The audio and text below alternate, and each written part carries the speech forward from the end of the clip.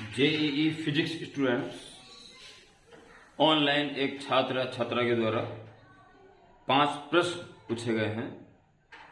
बहुत अच्छे प्रश्न हैं। शुरू के 2 क्वेश्चंस के डायग्राम मैंने यहां बना दिए हैं। फर्स्ट क्वेश्चन के ऊपर फोकस करेंगे। फर्स्ट क्वेश्चन का डायग्राम बना हुआ है M mass and friction free. A particle of mass m this is projected at an angle 60 degree with a velocity 20 meter per second relative to ground from a plank of same mass m which is placed on a smooth surface. Initially plank was at rest. The minimum length of plank for which the ball will fall on the plank itself is 40 under root k. Find the value of k. ये पांचों question प्यारे बच्चों single digit integer based है, जिसका answer 0 से लेके 9 तक include also answer आना है। 0, 1, 2, 3, 4, 5, 6, 7, 8 एंड 9 इनमें से एक आंसर आएंगे। इसी अकॉर्डेंस कॉन्सेप्ट बनाया गया है। तो आपको निकालना मिनिमम लेंथ, कितनी लंबाई इसकी हो कि ये पार्टिकल इस प्लैंक पर ही आके गिरे। 40 अंडर रूट के फॉर्मेट में मिलाना, फिर पता चल जाएगा कि के की वैल्यू क्या है।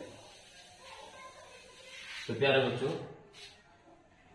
ये एम मास अर्थ के रिस्पेक्ट में u cos 60 से इधर जाएगा। एम मास की ये वाली स्पीड होगी 20 cos 60। इट इज 1.2 cos 60 1.2, तो 10 मीटर पर सेकेंड। तो प्लैंक की स्पीड भी इस तरफ क्योंकि उतना ही मास है इसका, 10 मीटर पर सेकेंड से ही जाएगी मोमेंटम कंजर्वेशन के अकॉर्डिंग। अगर 0 था तो अब भी 0 ही रहेगा, क्योंकि इसी से उसको फेंका गया। ठीक है, इस सिस्टम पे कोई फोर्स नहीं लगाया गया। तो जिस मोमेंटम के साथ इधर जाएगा उसी मोमेंटम के साथ इधर जाएगा। ओके, तो अब ये इधर 10 की स्पीड से जा रहा है और ये 10 की स्पीड से इधर जा रहा है, बाहर खड़े और जानवर के रिस्पेक्ट। इसका मतलब है कि इसको इधर जाना, इसको इधर जाना, ये रिलेटिव मोशन हो जाएगा 10 + 10 20 की स्पीड से ये रिलेटिव मोशन हो रहा है बीच में। कितनी देर तक हवा में रहेगा ये निकाल दीजिए पहले। 2u sin θ/g फॉर्मूले से 2 × 20 × sin 60 √3/2 और अपॉन g की वैल्यू के लिए शायद इस कुछ कहानी है, पर हालात देखते हुए जी को टाइम लेना पड़ेगा। सारी सिचुएशन ऐसी इसमें नजर आ रही है।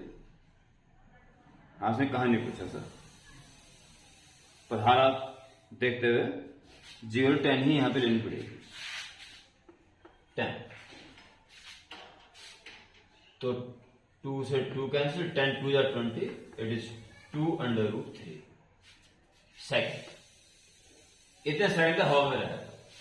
तो इतने सेकंड तक ये 10 से इधर जा रहा है और 10 से वो इधर आ रही है, यानी कि 20 की स्पीड से इतने टाइम तक कितनी दूरी वो कवर कर लेगा। इतना लंबा तो कम से कम प्लैंक होना चाहिए।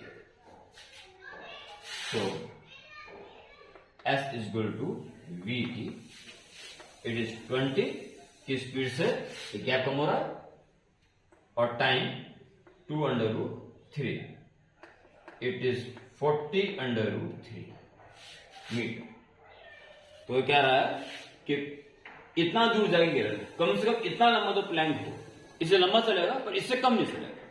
तो minimum length of plank 40 under root k, तो k इज 3,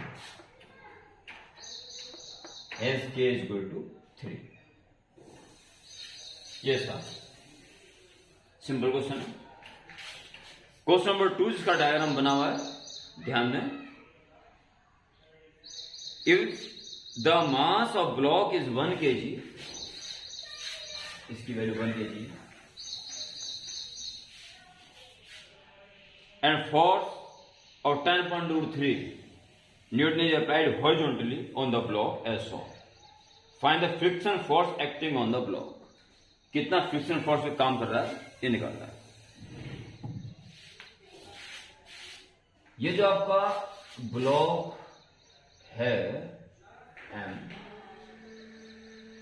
mg यानी 1g का cos 30, 1g यानी कि 10 cos 30, नॉर्मल रिएक्शन n, और इसके कंपोनेंट, इसका cos ये हो गया, साइन हो जाएगा 10, 1g है, 1 into 10 का साइन कंपोनेंट, साइन 30। और जो ये फोर्स आएगा हॉरिजॉन्टली, उसका एक कंपोनेंट ये हो जाएगा, एक ये हो जाएगा।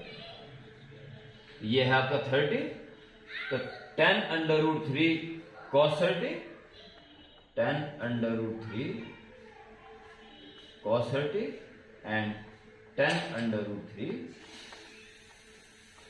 sin 30। ओके, नॉर्मल इससे बैलेंस है। अब देखिए ऊपर जाने की स्थिति में है तो फ्रिक्शन फोर्स नीचे काम करेगा, और नीचे जाने की स्थिति में तो ऊपर काम करेगा।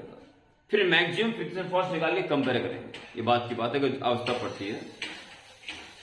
देखिए ये कितना आ जाएगा 1.25, और इट इज √3/2, √3 का 3 हो जाएगा, cos 30, सॉरी ये 10/√3, 10/√3, 10/√3। ओके, गलती है। cos √3/2, √3 कट जाएगा और 2 से कटे 5 हो जाएगा। 5 न्यूटन नीचे लग रहा है, 5 न्यूटन ऊपर लग रहा है, तो नेट फोर्स 0 हो गया। फ्रिक्शन फोर्स अभी एक्टिवेट नहीं होगा। अगर ऊपर जाने की कंडीशन ये बड़ा होता है इससे, तो फ्रिक्शन फोर्स नीचे लगता, कितना लगता है ये हम सोचते हैं, तब कैलकुलेशन करते हैं। नीचे जाने की कंडीशन में आता तो फ्रिक्शन फोर्स ऊपर लगता है, वो मैक्सिमम तक पहुंचेगा नहीं पहुंचेगा तब बाद में सोचते हैं। फिलहाल ये रेस्ट में, no friction force, friction force is equal to 0। इसमें कोई फ्रिक्शन फोर्स नहीं रहेगा। ओके, चलिए बाकी अगर ऐसा होता तो हम नेट फोर्स निकालेंगे, पहले कितना लग रहा है, और friction force mu into N अलग से निकालेंगे। तब देखेंगे कि applied net force friction force को पार कर चुका है तो चलेगा, और फ्रिक्शन फोर्स मैक्सिमम रहेगा। नहीं कर चुका है तो सेल्फ एडजस्ट, जितना नेट फोर्स है उतना ही फ्रिक्शन फोर्स भी काम कर रहा हो। ठीक है, उसकी यहां पर आवश्यकता नहीं पड़ी। Okay, question number 3 now. Thumbnail में 5 क्वेश्चन दिखाई दे रहा है, आप पॉज करके पढ़ सकते हैं, बाकी मैं बता दे रहा हूं। Now third question.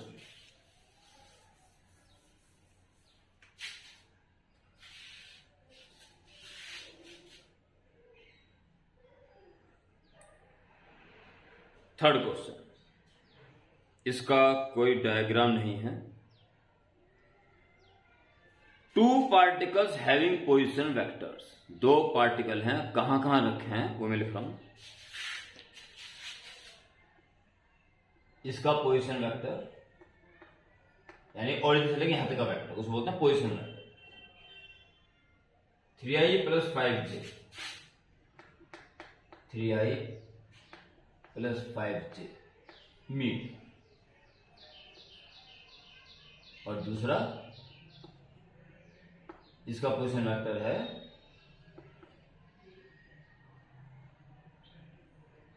-5i - 3j मीट। 2 particles having position vector these R1 and R2 are moving with velocity इसकी वेलोसिटीज भी दी हुई है, v1 and v। 4i plus 3j, 4i plus 3j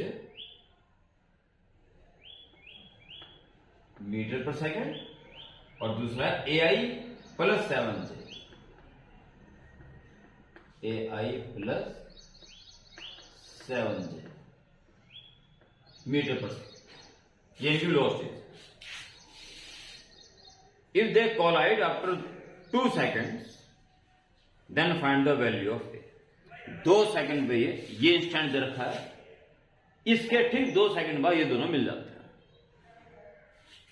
एक वैल्यू फाइंड करनी। अगर ये मिल जाते हैं तो वो पॉइंट, यानी कि पहले वाले पार्टिकल की फाइनल पोजीशन और दूसरे वाले की फाइनल पोजीशन वो एक ही होगी। 2 सेकंड बाद इनकी अलग अलग पोजीशन नहीं हो सकती, क्योंकि ये कह रहा है दे मीट। ओके, 2 सेकंड बाद इनकी पोजीशन एक ही आ चुकी है। तो देखिए क्वेश्चन नंबर 3, R1 पोजीशन पर वो है और plus VT, V1 into T देखा, ये 2 लिख दो।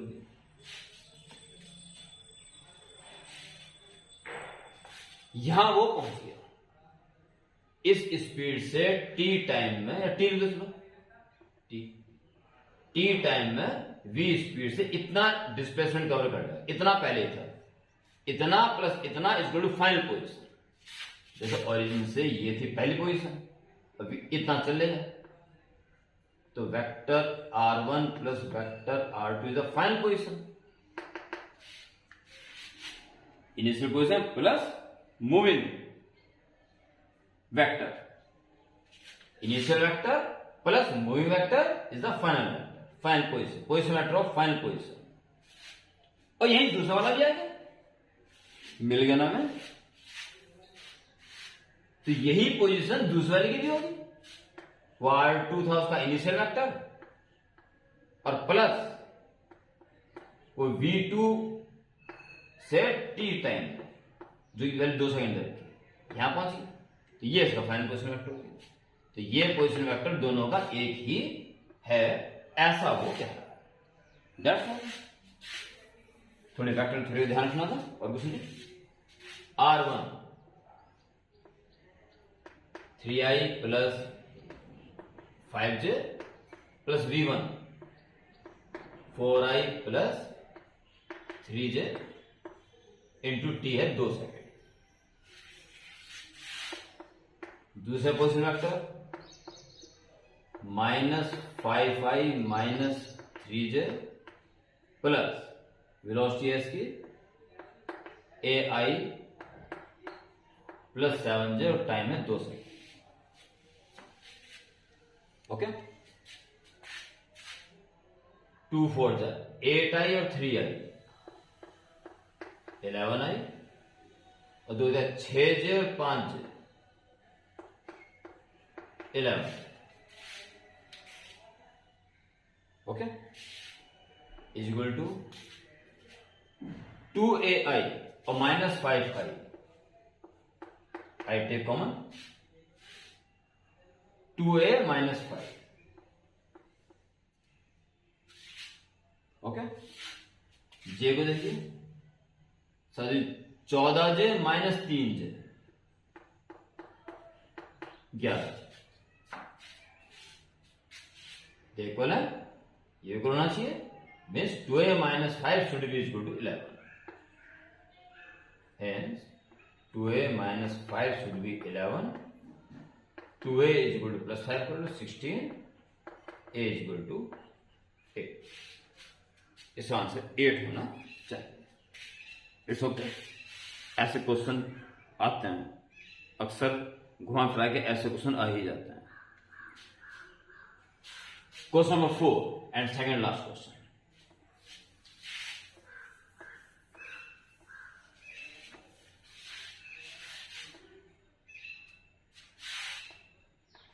Question number 4.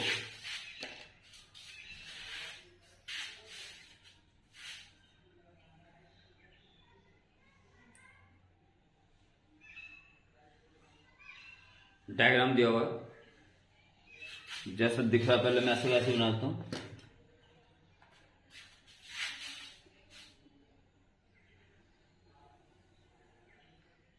ये हॉरिजॉन्टल है और यहां पर दिखाई दे रहा है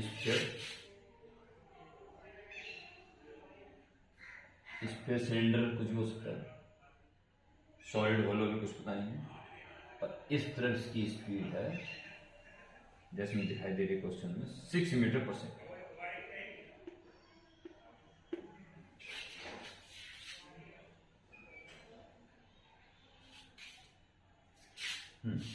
क्वेश्चन इज दैट, इतना डायग्राम देने के बाद a disc of radius 0.1 metre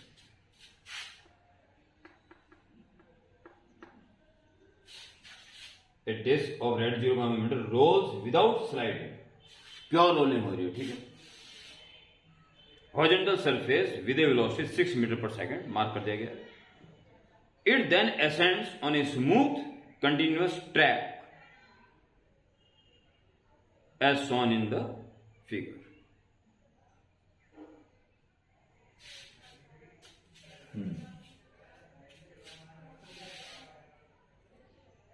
The height up to which it will ascend is 9 k। कितनी मैक्सिमम हाइट तक ये उठे उसकी वैल्यू दे रखी है उसने 9 k। Find the value of k और g की वैल्यू 10 लेने के लिए इसने इस क्वेश्चन में क्या किया, इंटीजर टाइप है, 0 से 9 तक कुछ भी हो सकता है, ये निकालना है। मास नहीं दिया गया और ये डिस्क सॉलिड रोल कर दी है विदाउट स्लाइड। तो इसका सेंटर ऑफ मास है, ये कहां तक चढ़ेगी, मान लो यहां पे ये सेंटर है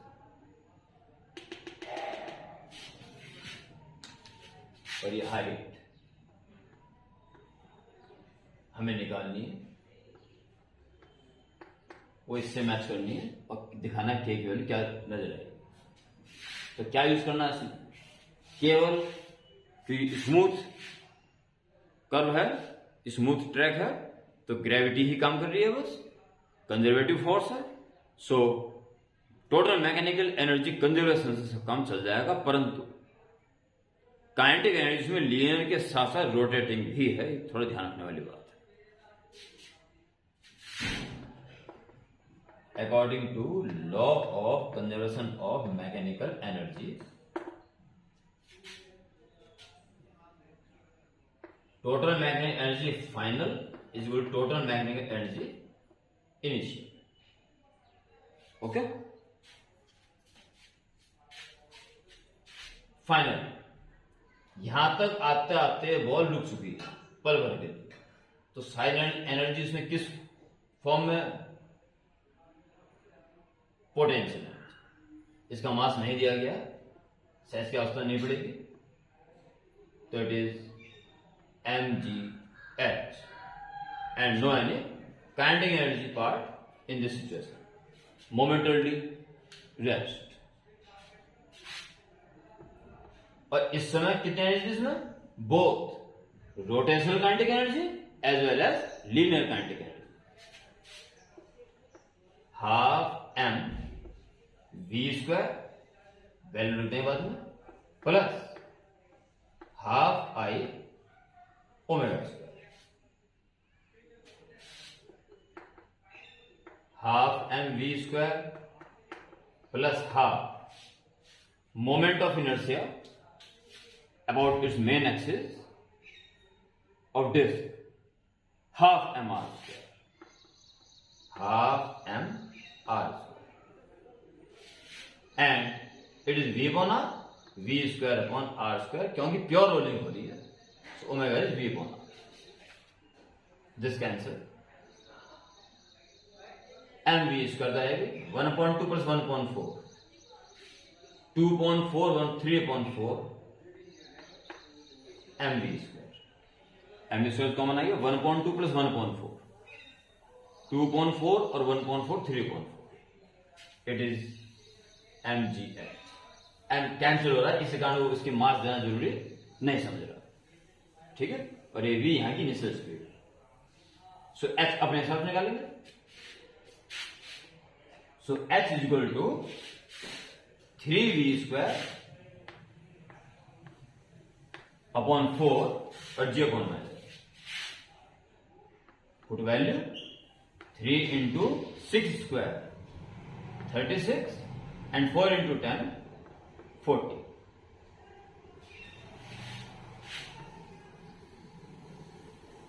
किससे कट रहा है? 4 से कटेगा 4 नम 36 और 4 धाम 40।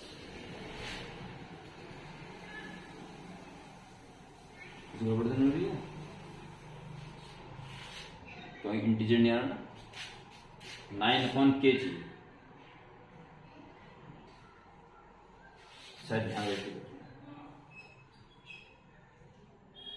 एम जी एच आ गया यहां तक, और half M we square plus half I omega square, half it is half M R square, जिसका हाफ एम स्क्वायर होता है, V square upon R, 1/4 M we square 1/2, तो 3/4 एम वी स्क्वायर, ठीक है। जी एच तो आपका 3v स्क्वायर अपॉन 4g, सही। जी को 10 करा तो 40 हो गया, 3 इंटू 6 स्क्वायर 36, 4 9 36 4 धाम 40, 9/k मांग रहा है, तो गड़बड़ क्यों हो रही है? क्वेश्चन चेक कर लेते हैं, तो हम कुछ गलत कर रहे हैं।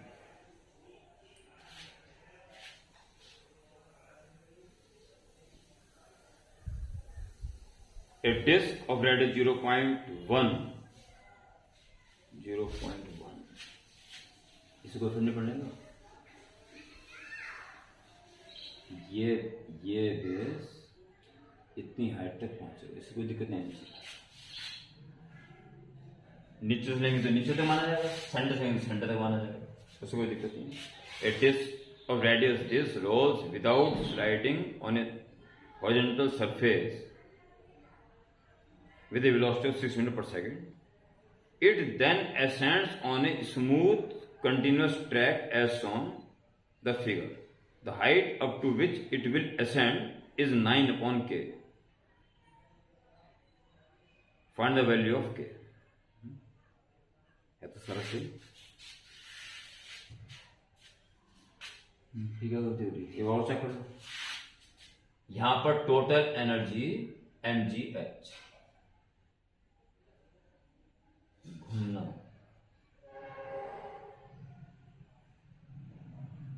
घूमना तो मेंटेन रहेगा उसको,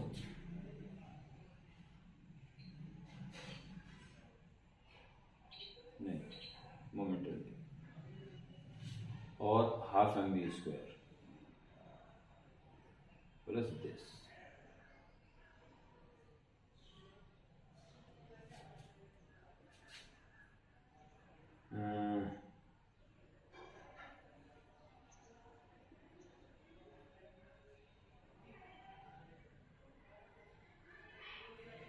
देखिए हम इसमें एक बहुत भारी गलती कर रहे हैं,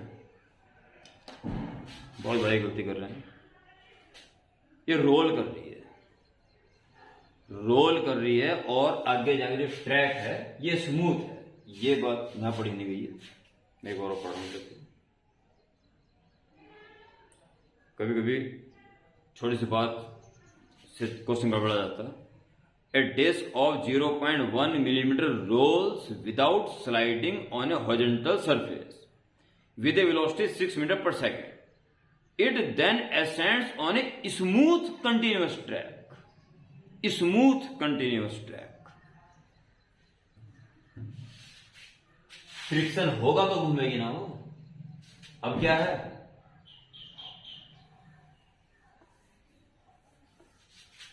अब क्या है कि अगर ये डिस्क यही मान लो, चलो ये ऐसे घूम रही है, और जैसे ऊपर चढ़ेगी तो ये घूमती रहेगी, और ऐसे घूमते घूमते नीचे आ जाएगी।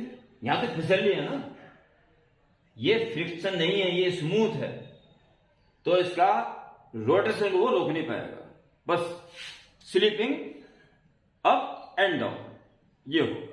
यानी यहां जब मैक्सिमम हाइट तक पहुंच जाएगी तो वो रोटेशन मोशन कंटिन्यू रहेगा, अभी फिसल के नीचे आ जाएगा, रोटेशनल मोशन चेंज नहीं होगा, ये थोड़ा ध्यान देना। फाइनल, इस समय mgh के साथ साथ वो हाफ आई ओमेगा स्क्वायर से घूमना बरकरार है। और यहां की बात करो तो half M we square plus घूम ही रही थी, हाफ आई ओमेगा स्क्वायर, यानी घूमना तो तब भी था और तब भी था। ये लीनियर वाला पार्ट पोटेंशियल में कन्वर्ट हुआ, घूमना तब भी जारी था अब भी जारी है, ये है mgh equal to half mv square, m cancel, so h is equal to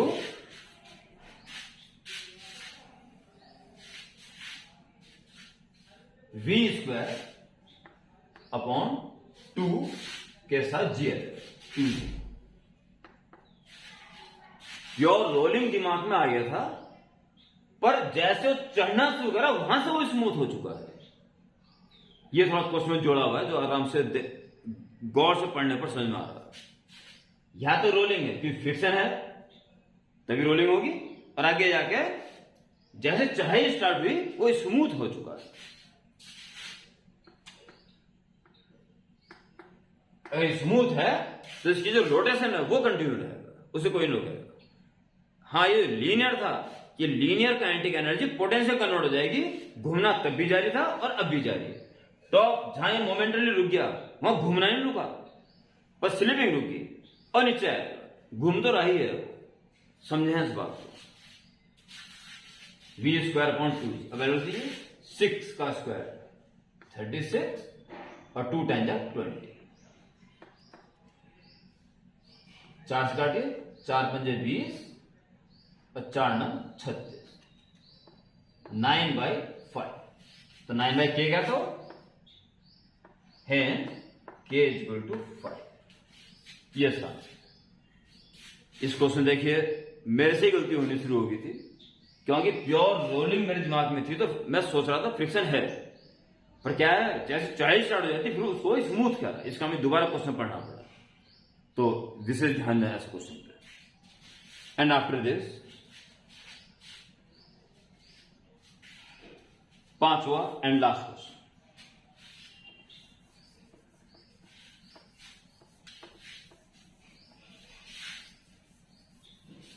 fifth and last.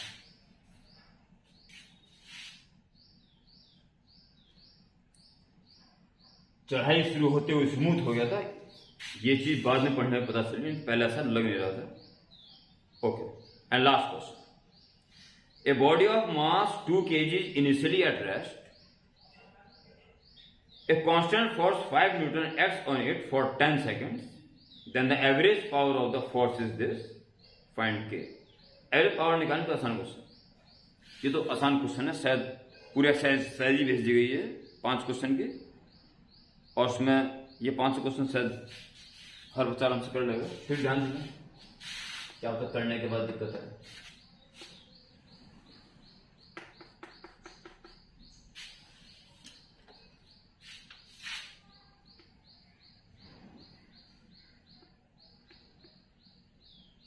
A body of mass 2 kg initially at rest, constant force 5 Newton लगाया गया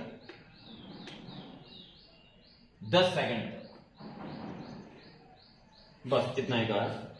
एवरेज पावर निकालनी, वो कह रहा है एवरेज पावर है 25k/2, तो k की वैल्यू फाइंड करें, यानी आपको एवरेज पावर इस फॉर्मेट में निकालनी है, तो पता चला k क्या है। तो क्या करेंगे, सबसे पहले तो एक्सेलरेशन निकाल दीजिए, F/m से 5/2 मीटर पर सेकंड। फिर 10 सेकंड में कितनी स्पीड से प्राप्त कर ली, v = u + 80, 0 + 5/2 और 10 सेकंड में 25 मीटर पर सेकंड। इतनी स्पीड आएगी, तो कितनी काइनेटिक डेवलप होगी? So kinetic. तो जितना भी इसने इसमें वर्क करा वो सारा काइनेटिक एनर्जी के रूप में ही शो होता है। It is half M we square, half into 2 into V square 625। This कैसे 625 जूल वर्क किया गया, वो भी 10 second. So power work upon time, it is 625 time है 10। ठीक है जी, इतना वाट। अब क्या करना है, इतने नीचे 2 छोड़ना है, तो 5 से काट दो, 5 दूनी 10 और 5 कम 5, 5 10, 5 पंजे 25 वाट। और इसमें 5 25 को अलग कर देना, तो 25 पंजे 125 अपॉन 2 वाट। सो के की वैल्यू